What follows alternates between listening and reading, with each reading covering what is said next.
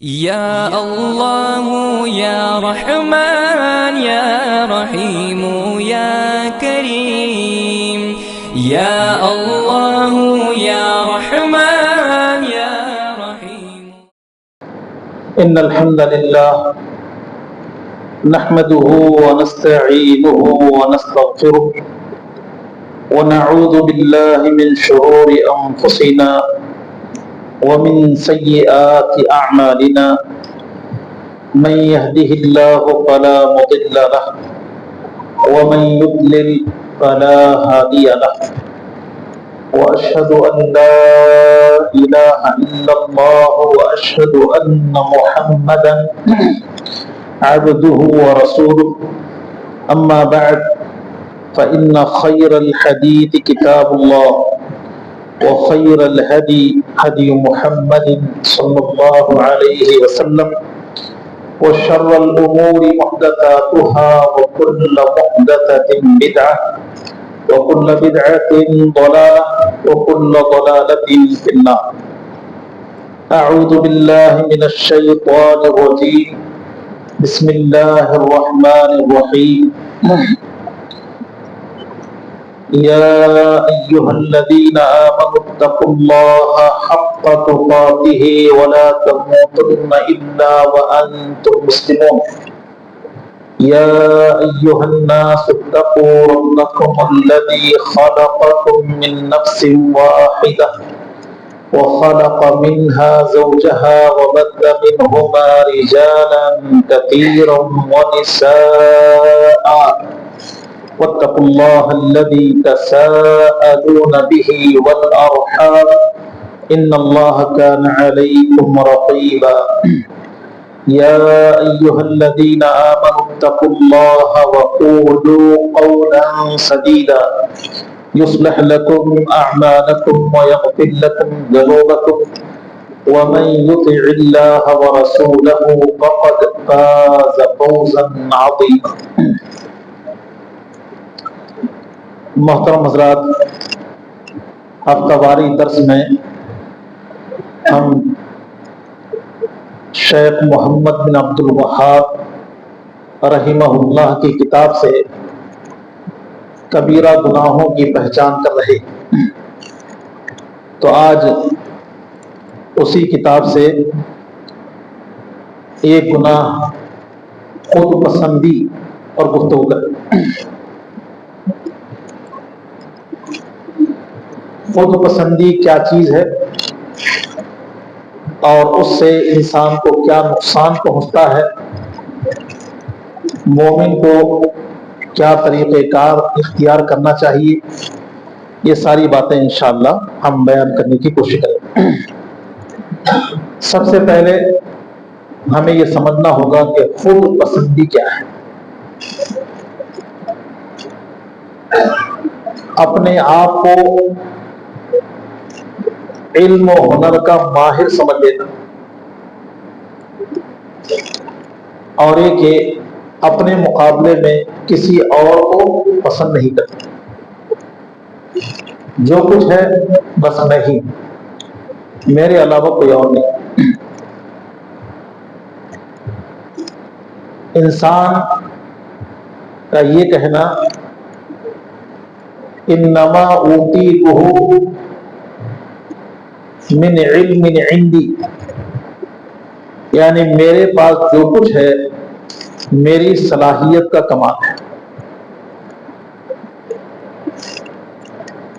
جب یہ چیز انسان میں آ جاتی ہے تو وہ اللہ رب العالمین کی قدرت کو پس پشت ڈال دیتا ہے، اللہ تعالیٰ کی ناشکری پر آمادہ ہوتا ہے۔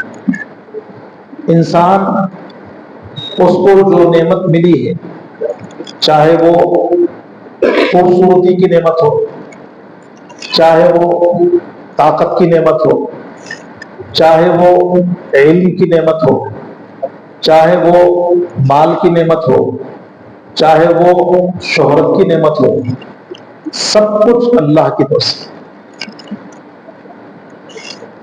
اللہ کی مہربانی اگر شامل نہ ہو تو انسان کچھ نہیں۔ اب نعمتیں اگر انسان کو مل جائیں اللہ کی طرف سے تو ان نعمتوں کا تقاضا یہ ہے کہ اس نعمت کو اللہ کی طرف منسوب کیا کہ یہ نعمت جو ملی ہے اس میں میرا کوئی کمال نہیں، یہ اللہ نے مجھے دیا ہے، اور پھر ساری زندگی اللہ رب العالمین کا شکر ادا کرے اور اس سے توفیق طلب کرے کہ اللہ جو نعمتیں تو نے مجھے دیا ہے ان نعمتوں پر شکر کی توفیق عطا کرو۔ یہ انبیاء علیہ السلام کی روش رہی، یہ ایمان والوں کا طریقہ کار رہا۔